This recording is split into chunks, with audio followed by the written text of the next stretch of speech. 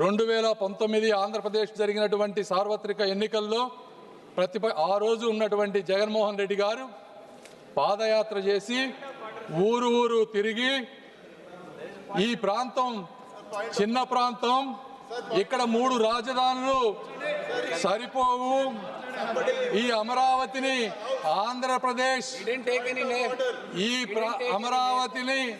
ఆంధ్రప్రదేశ్లో ఇంకా అద్భుతంగా ముందుకు తీసుకువెళ్తానని చెప్పి అధికారంలోకి వచ్చారు సార్. అయితే అలాంటి మహాయజ్ఞాన్ని అధికారంలోకి వచ్చిన తరువాత అధికార వికేంద్రీకరణ పేరుతో 3 ముక్కల రాజధాని అనే పేరుతో ప్రజలను మభ్యపెట్టి 5 సంవత్సరాల అమూల్యమైనటువంటి కాలాన్ని ఆంధ్ర ప్రజల భవిష్యత్తుని కూడా వృధా చేశారు సార్. 3 ప్రాంతాల మధ్య చిచ్చు పెట్టారు సార్. నేను ఇక్కడ చాలా బాధతో కొన్ని విషయాలు చెప్పాలనుకుంటా ఉన్నాను. ఇది రాజకీయ విమర్శ కాదు సార్. 29,000 మంది రైతులకు జరిగినటువంటి అన్యాయం, అవమానం గురించి మాట్లాడాలి సార్.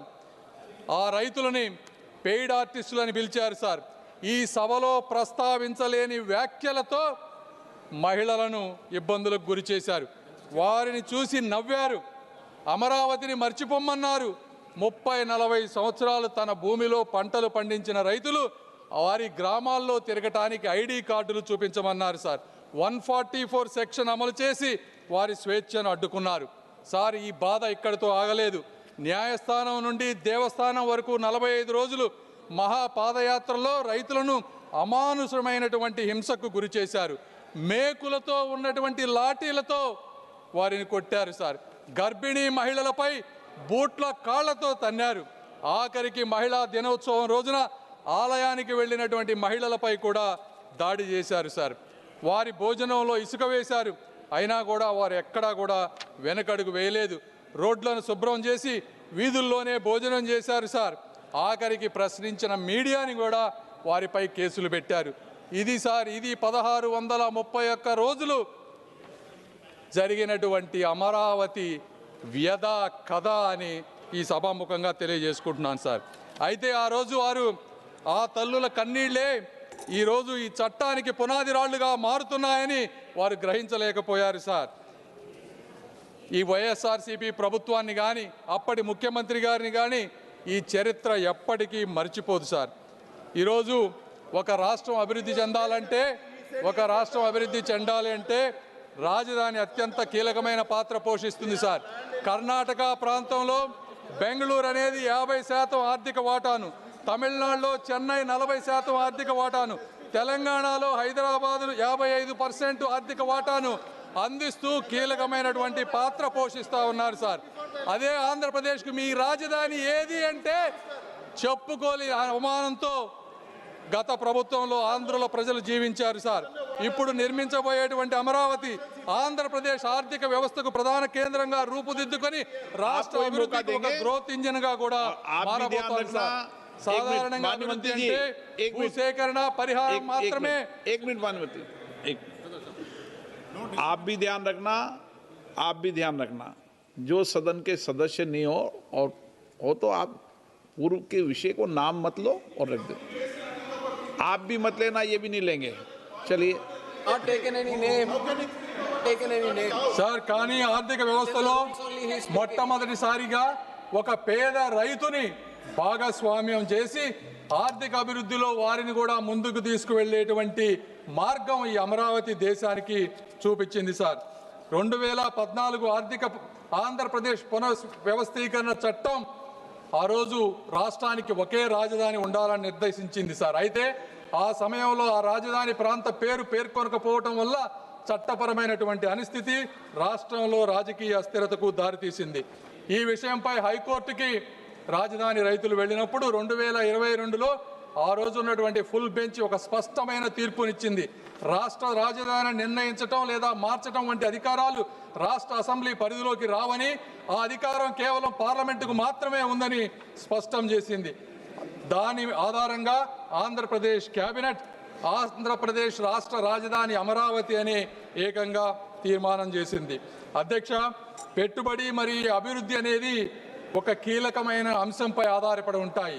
సర్టనిటీ, స్టెబిలిటీ అనేది కావాలి. పెట్టుబడిదారులు గందరగోళంలో పెట్టుబడి పెట్టరు, బ్యాంకులు, అంతర్జాతీయ సంస్థలు రాజకీయ అస్థిరత్వానికి రుణాలు ఇవ్వవు సార్. ఈరోజు దాదాపు 56,000 కోట్ల రూపాయలతో 91 అత్యంత ముఖ్యమైన మౌలికమైన ప్రాజెక్టులు అమరావతి నిర్మాణంలో జరుగుతూ ఉన్నాయి సార్. హడ్కోలో 11,000 కోట్ల రూపాయల రుణం, ప్రపంచ బ్యాంకు, ఏడీబీ, కేంద్ర ప్రభుత్వం కలిపి 15,000 కోట్ల రూపాయల సహాయాన్ని ఈరోజు అందిస్తూ ఉన్నాయి సార్. అదేవిధంగా క్వాంటమ్ వ్యాలీతో చరిత్రకు అమరావతి స్వాగతం పలుకుతుంది సార్. ఇవన్నీ జరిగినప్పటికీ అందరి మనసులో ఒకే ఒక ప్రశ్న, అమరావతి శాశ్వత రాజధానిగా ఉంటుందా అనేది ఉండేది సార్. అయితే ఈ చట్ట సవరణతో ఆ అనిశ్చితి తగ్గి అభివృద్ధి వేగం జరగబోతా ఉంది. రాజధానులు అనేది ఎన్నికల కోసం కాదు సార్, తరతరాల కోసం నిర్మించబడతాయి. ప్రభుత్వాలు మారినా కూడా విధానాలు ఏకపక్షంగా మారకూడదు. ఈ విధంగా ప్రభుత్వాలు ముందుకు వెళ్ళినప్పుడు మాత్రమే ప్రజల పట్ల కానీ, పార్లమెంటు పట్ల కానీ, ప్రజాప్రతినిధుల పట్ల కానీ ఒక విశ్వాసం వస్తుంది. కాబట్టి ఈ కార్యక్రమాన్ని ఈ విధంగా ముందుకు తీసుకువెళ్తూ ఈరోజు ఈ కార్యక్రమానికి వచ్చిన విధంగా నేను అనేక మంది వ్యక్తులకు కృతజ్ఞతలు తెలపాలి సార్. మొట్టమొదటిసారిగా గౌరవ ప్రధానమంత్రి నరేంద్ర మోదీ గారికి ఆంధ్రప్రదేశ్ రాజధానికి కేంద్ర మద్దతు ఇవ్వాలన్న ఆయన హామీపై ఆంధ్రప్రదేశ్ ప్రజలకు అచంచలమైనటువంటి విశ్వాసం ఉంది. మోదీ గారు ఇచ్చిన మాట నిలబెడతారని గత 12 సంవత్సరాలుగా ఎన్నోసార్లు నిరూపించబడింది. అదే ఈరోజు ఆ విశ్వాసం మరొక్కసారి రుజువైంది సార్. రెండవది, మా ముఖ్యమంత్రి గారు శ్రీ నారా చంద్రబాబు నాయుడు గారు అమరావతి ఆయన ఆశయం, ఆయన కళ, ఆయన ధ్యేయం. రాష్ట్ర అభివృద్ధిలో రైతులను భాగస్వాములుగా మార్చిన ఆయన దూరదృష్టి చరిత్రలో నిలిచిపోతుంది. ల్యాండ్ పూలింగ్ విధానం, ప్రపంచ స్థాయి ప్రణాళిక, ఇవన్నీ వారి నాయకత్వానికి నిదర్శనం సార్. ఎన్ని అడ్డంకులు వచ్చినా, ఎన్ని పరీక్షలు ఎదురైనా అమరావతి అనే స్వప్నాన్ని ఒక్క క్షణం కూడా పట్టు వదలని సంకల్పం ఆయనది సార్. మూడవ వ్యక్తి శ్రీ పవన్ కళ్యాణ్ గారు తన గళంతో, తన శక్తితో ప్రజా ఉద్యమ స్ఫూర్తిని నింపి కూటమి ఐక్యతకు, తెలుగు ప్రజల అభివృద్ధికి కంకణబద్ధుడైనటువంటి నాయకుడు శ్రీ పవన్ కళ్యాణ్ గారు సార్.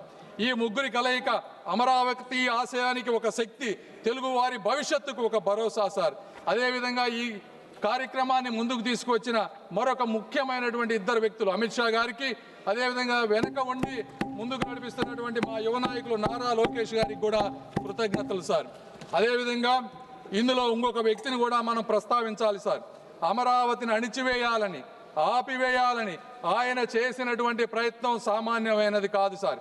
జేసీబీలతో, జైళ్లతో భయపెట్టి కూల్చివేతలు సాగించి ఆయన చేసిన రాజకీయ విధ్వంసం కూడా ఒక చరిత్రే సార్. ఆయన అణిచివేత వల్లే ఈరోజు రైతుల గుండెల్లో అమరావతి ఒక ఉద్యమ అగ్నిగా రగులుతూ ఉంది.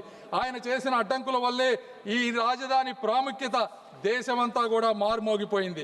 ఆయన సృష్టించిన అస్థిరత వల్లే నేడు పార్లమెంటు సాక్షిగా అమరావతికి తిరుగులేని చట్టబద్ధత కల్పించాల్సిన అవసరం కూడా ఏర్పడించింది. వారు సృష్టించిన అడ్డంకులే ఈ అమరావతి పురోగతికి పునాదులయ్యాయి సార్. ఆఖరిగా పొట్టి శ్రీరాములు త్యాగంతో పుట్టినటువంటి రాష్ట్రం మా ఆంధ్ర రాష్ట్రం సార్. రైతుల త్యాగంతో రూపుదిద్దుకుంటున్నటువంటి రాజధాని మా అమరావతి సార్. ఆత్మగౌరవ పునాదులపై తెలుగు జాతిని మేల్కొల్పిన అన్న నందమూరి తారక రామారావు గారి వంటి చరిత్ర మా తెలుగు చరిత్ర సార్. ఆంధ్రులు ఎక్కడ ఉన్నా కూడా అక్కడ అభివృద్ధి వికసిస్తుంది. తమిళనాడు నుంచి విడిపోయి కర్నూలు వెళ్ళినప్పుడు ఆ రోజున హైదరాబాద్ని కామన్ క్యాపిటల్గా అందరం డెవలప్ చేసుకుంటామంటే అక్కడికి వెళ్ళి ఆ నగరాన్ని ప్రపంచ పటంలో నిలపడంలో తెలుగువారు ఒక ముఖ్యమైనటువంటి పాత్ర పోషించారు సార్. చెన్నైలో పరిశ్రమలకు బలం తెలుగువారు ఇచ్చారు. బెంగళూరు, పూణేల్లో సాంకేతిక విప్లవానికి తెలుగువారు ముద్ర వేశారు. ఆఖరికి అమెరికాలో కూడా అభివృద్ధికి తెలుగువారు తోడ్పడుతూ ఉన్నారు సార్. చరిత్రలో ఇదే సంకల్పం, ఇదే ఐక్యత, ఇదే ప్రగతి పదం కూడా అమరావతి నిర్మాణానికి ఒక పునాది కాబోతా ఉంది సార్. ఆ రోజుల్లో పొట్టి శ్రీరాములు గారు 58 రోజులతో దీక్ష చేసి ఆంధ్ర రాష్ట్రాన్ని ఏర్పరిచిన, అదేవిధంగా 1631 రోజులు ఈరోజు రైతులు రోడ్డెక్కి నిరాహార దీక్ష చేసిన తిరిగి లేచి నిర్మించగలిగే జాతి తెలుగు జాతి సార్.